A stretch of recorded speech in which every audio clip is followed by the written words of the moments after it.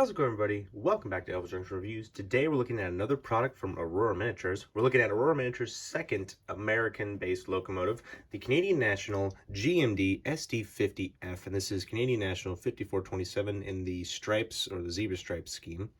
Here it is in its lovely Aurora Miniatures box. Now, we have reviewed their SD60F in the past. That was one of my earlier videos on the channel.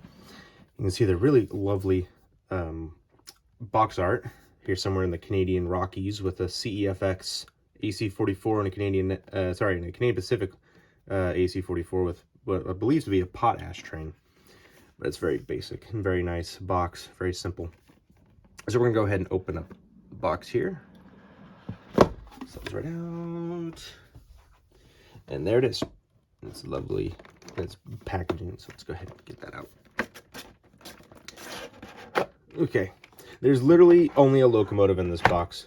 Unlike the SD60F that we had, there was a owner's manual that had details about how to fix it and all the other things. No, this time it's just straight up locomotive, which is very surprising to me. So let's go ahead and get that out. So we have a little bit of a spare parts bag here, which is mostly just these spare side windows that go on the side of the cab and extra roller bearings, because this locomotive has rolling roller bearings.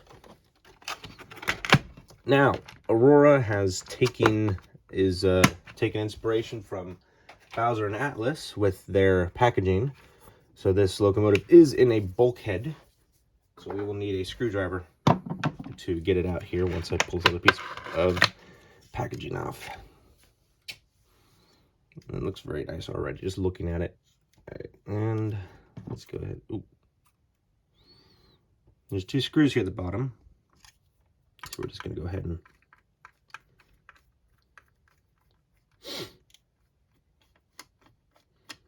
make sure those are loose. And I recommend that if you're going to put this locomotive back in its protective case at the end of the day, if you have any space, I recommend that you keep your bulkhead upside down like that so you don't lose your screws. All right, now I gotta find a place to put this. There we go. All right, so now with it unboxed, let's get into some history. And now onto some history. The SD50F was built by GMD, or General Motors Division, in London, Ontario, Canada between 1985 and 1987. It was the Canadian variant of the EMD SD50. Nicknamed the Draper Taper after CN's chief of motive power at the time, it has a full-width cowl body in the Canadian Comfort cab with a tapered section immediately behind the cab for improved rear visibility.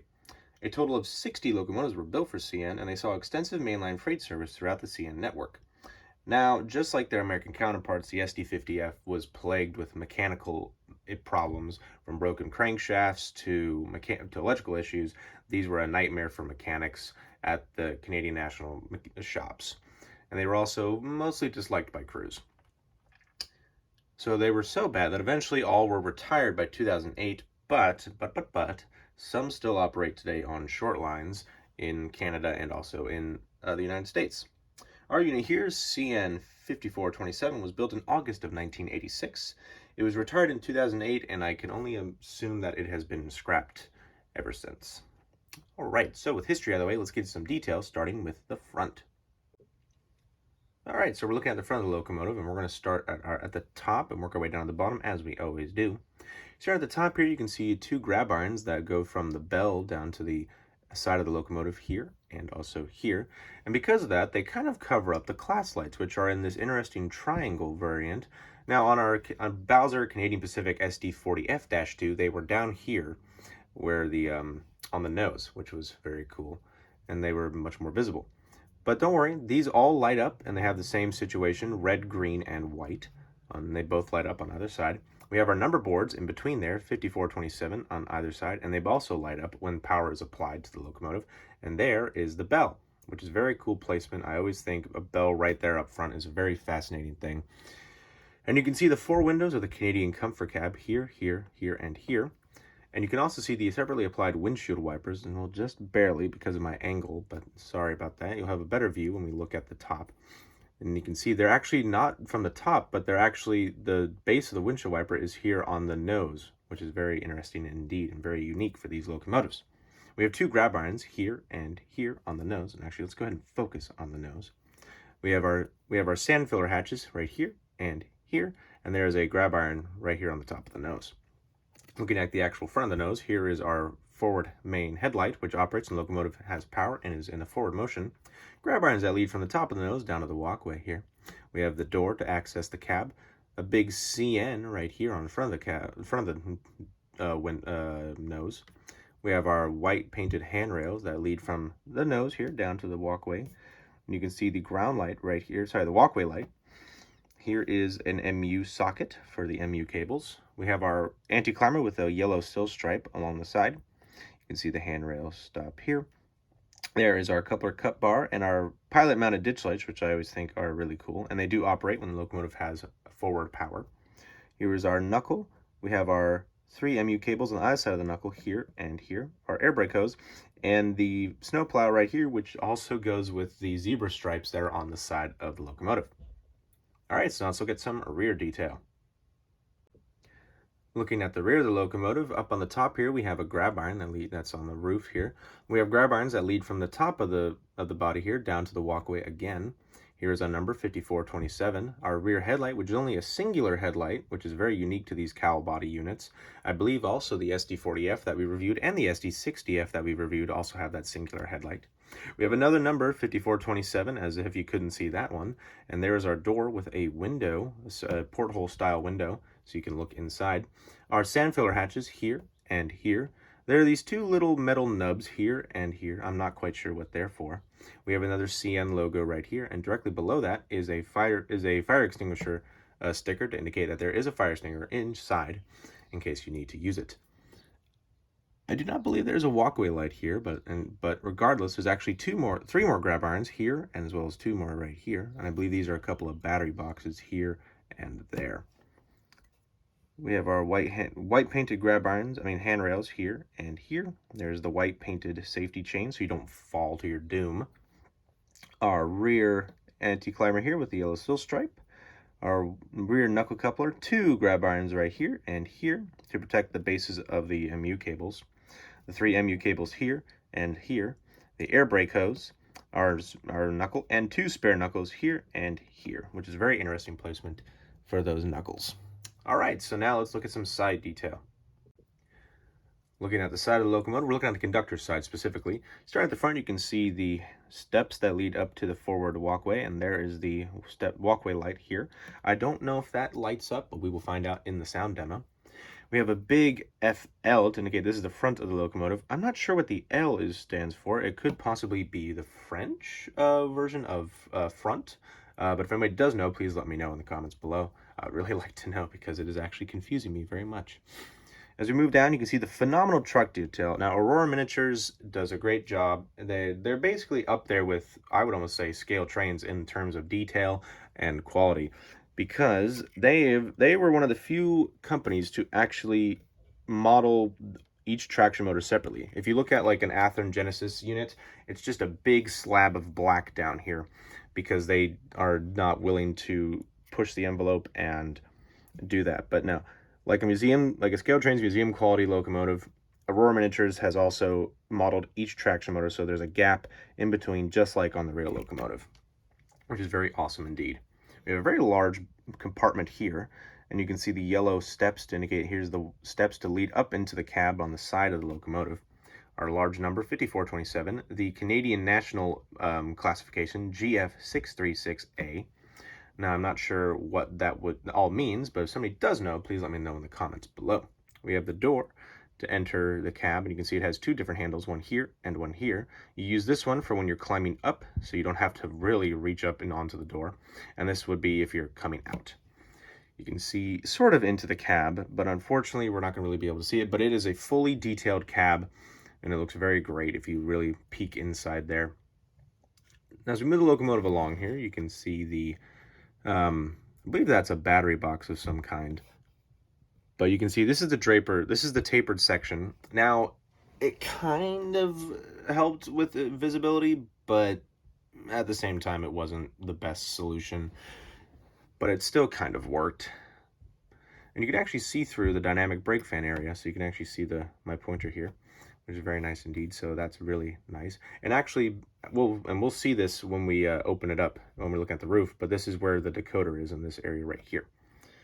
As we move along the locomotive, you can see the zebra stripes that Canadian National was famous for in the 70s and the 80s and the early 90s before they switched to the red and all black, with the CN logo in the middle. You can see the large fuel tank and the yellow steel stripe that follows the length of the locomotive. And you can see the horn right up here. We will see that later.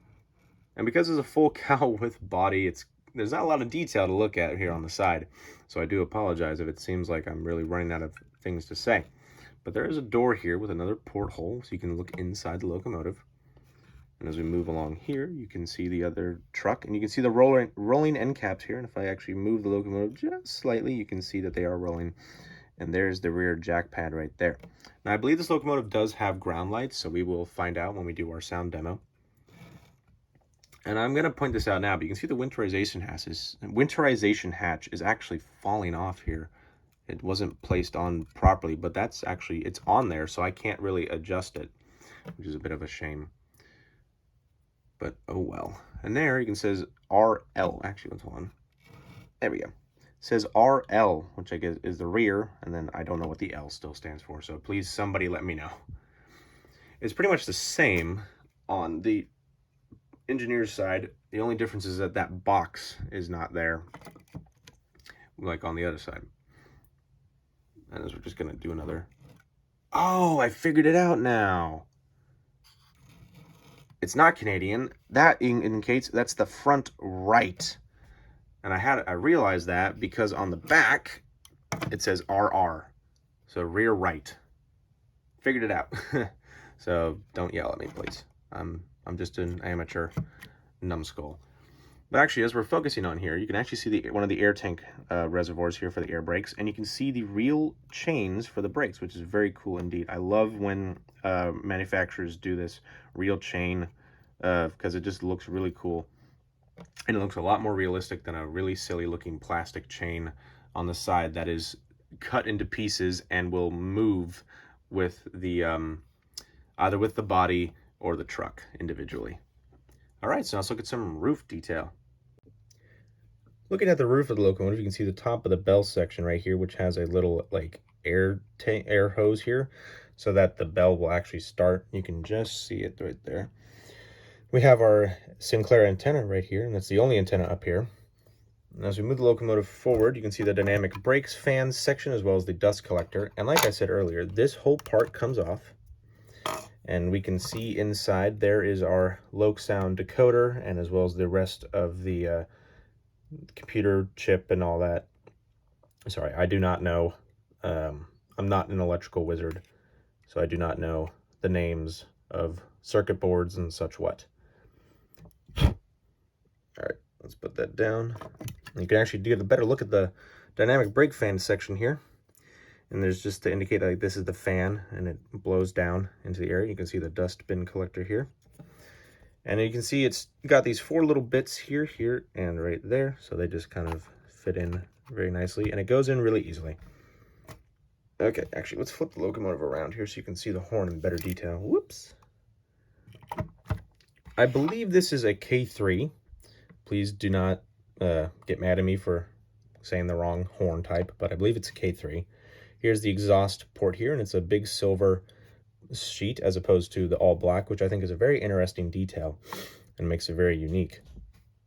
I'm not sure what this is here on the top here, but you can see a series of lift rings all around the top of the locomotive because the full cowl width body is separate from the cab, so that this whole section will come off so you can fix the engine, as opposed to like an F unit where the whole body is part of the cab and the cab is part of the whole body, which makes maintenance very difficult indeed. You can see the winterization hatch on on the first radiator fan here. Now, unlike the SD50F, these radiator fans do not rotate. Now, that was a thing of the SD60F that unfortunately we were not able to cover because that was a DCC ready. But plenty of people did review those fans, and they did move, which was very cool indeed. And there was an option here on the decoder where you could set a switch and that would turn it off or on. And they would actually work if you were on DC track, which was really cool indeed. And you can see some of the vents here for the cooling section of the radiator. And you can see more lift rings here and here. And there's that top grab iron that I mentioned earlier. All right, so now let's get into the sound demo. All right, so we have the locomotive here up on the test track. Now this is a Loc sound decoder, so I'm going to turn the power on, but I first need to hit F8.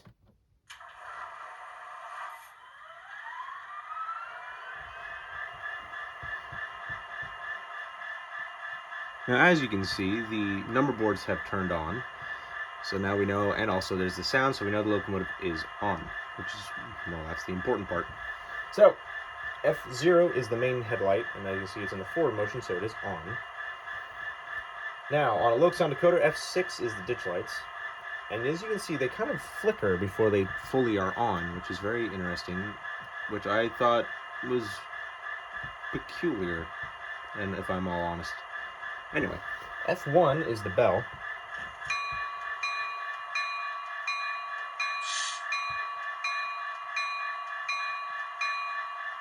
F2 is the horn.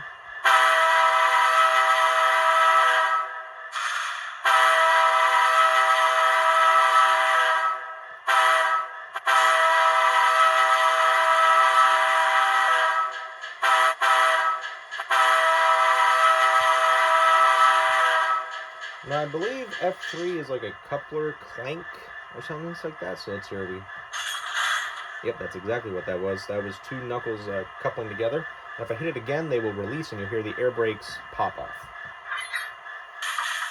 And there we go. I don't believe F4 does anything. No, it does not. And then F5 is the class lights here, so you'll see white. And if we turn it off again, now we have green. And now we have red, which you can just barely see, which is kind of a shame. But like white, green, and then red. But you can't see it, just barely. It does not help the fact that there's that grab iron there. Whoever thought of that back in the Canadian, when they were designing this locomotive's body, did not think that through. Now, I do not believe F7 has anything because I don't have a sheet to go over that, but I believe that might be the dynamic brakes. But F9 is one of my favorite things. It's called drive hold, and I've explained this before, but I'll make it, I'll simplify it. If you're doing prototypical operations and you're running on a grade, and you want to make your train sound like it's really working heavy, you hit F9, and you can fold into full throttle and go into notch 8, and have the same speed that you're currently running on.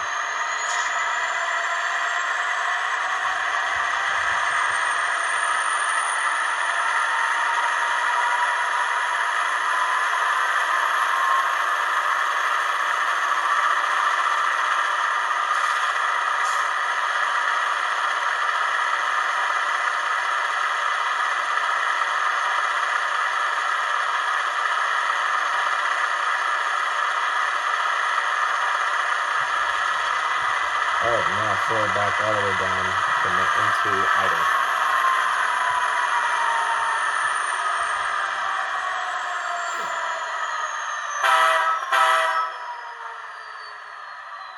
Well, isn't that very cool? So now it should start idling again.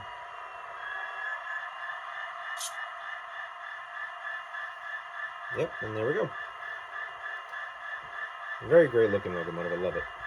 Alright, so let's go ahead and turn off drive hold here, turn off the ditch lights, turn off the main headlight, and now let's turn it off for good.